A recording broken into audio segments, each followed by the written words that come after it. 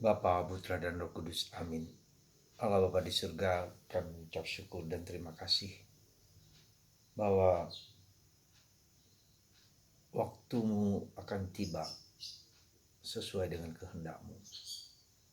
Maka kami kau ajak untuk waspada, sadar, dan tercerahkan bahwa pada waktunya Engkau akan datang tanpa tanda-tanda lahiriah.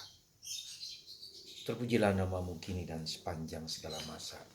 Para saudara, hari ini dua hal yang mau saya sampaikan. Pesta peringatan Santa Elizabeth dari Hungaria, seorang istri seorang raja yang mempunyai 3 anak. Ketika suaminya yang sedang mengikuti perang salib, kemudian mati di Italia.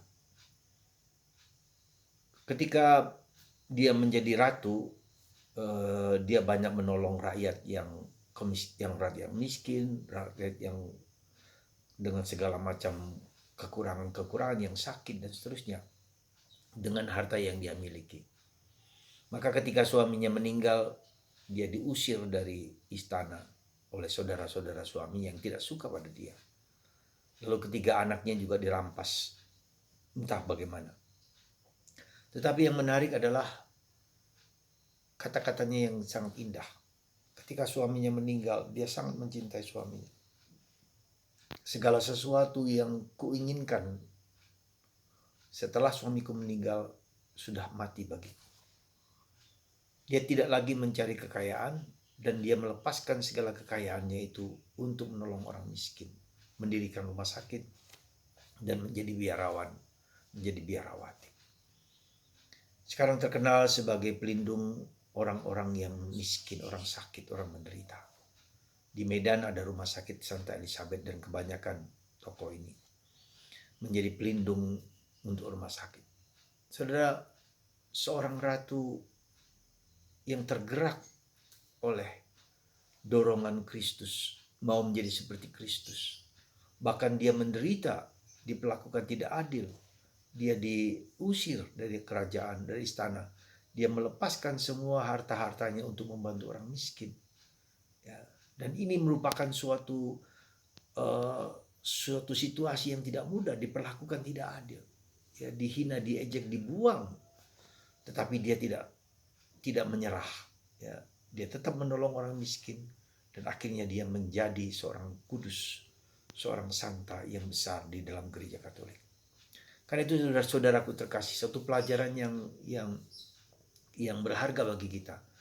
Situasi apapun dalam hidup kita seringkali memberikan pesan kepada kita bahwa kita harus taat, kita harus tabah, kita harus berjalan dalam situasi apapun. Menerima situasi itu dan mengubah diri kita untuk terus menolong orang lain. Orang mempunyai misi dalam hidupnya, self-determination to help others, menolong orang lain. Jadi penderitaan itu adalah cara Tuhan untuk mengingatkan kita bahwa kita dipanggil untuk memperdalam iman, harapan, dan kasih kita. Ya. Dan itulah bagaimana kita membantu orang lain, menolong orang lain dengan apa yang kita miliki, sekecil apapun. Jadi para saudara, jangan pernah kita putus asa ketika kita mengalami penderitaan seberat apapun. Hiduplah doa, terus berdoa dan terus mohon rahmat supaya kita bisa keluar dari kesulitan itu. Ya, kita diberi pencerahan supaya bisa melihat bahwa penderitaan dan salib itu seringkali dipakai Tuhan untuk keselamatan kita dan keselamatan banyak orang. Lihatlah Santa Elizabeth dari Hungaria, seorang ratu yang berani mengorbankan segala-galanya. Dan kemudian dia masuk menjadi biarawati. Saudara, Anda dan saya dan kita semua dipanggil untuk memberi kesaksian apapun juga. Itu yang pertama. Yang kedua, Yesus memberikan perumpamaan tentang kedatangannya. Ya, kita tidak pernah tahu sampai kedatangan yang kedua kalinya. Tidak pernah tahu. Itu bukan urusan kita, itu urusan Allah, urusan Bapa. Bahkan dikatakan Yesus pun tidak tahu kalau Bapa menghendaki itu terjadi. Dan kita diminta untuk apa? Sadar, tahu, mau bahwa kita pada waktunya akan dipanggil Tuhan, baik secara pribadi maupun kedatangan Yesus yang kedua kalinya. Seperti misalnya contoh Lot.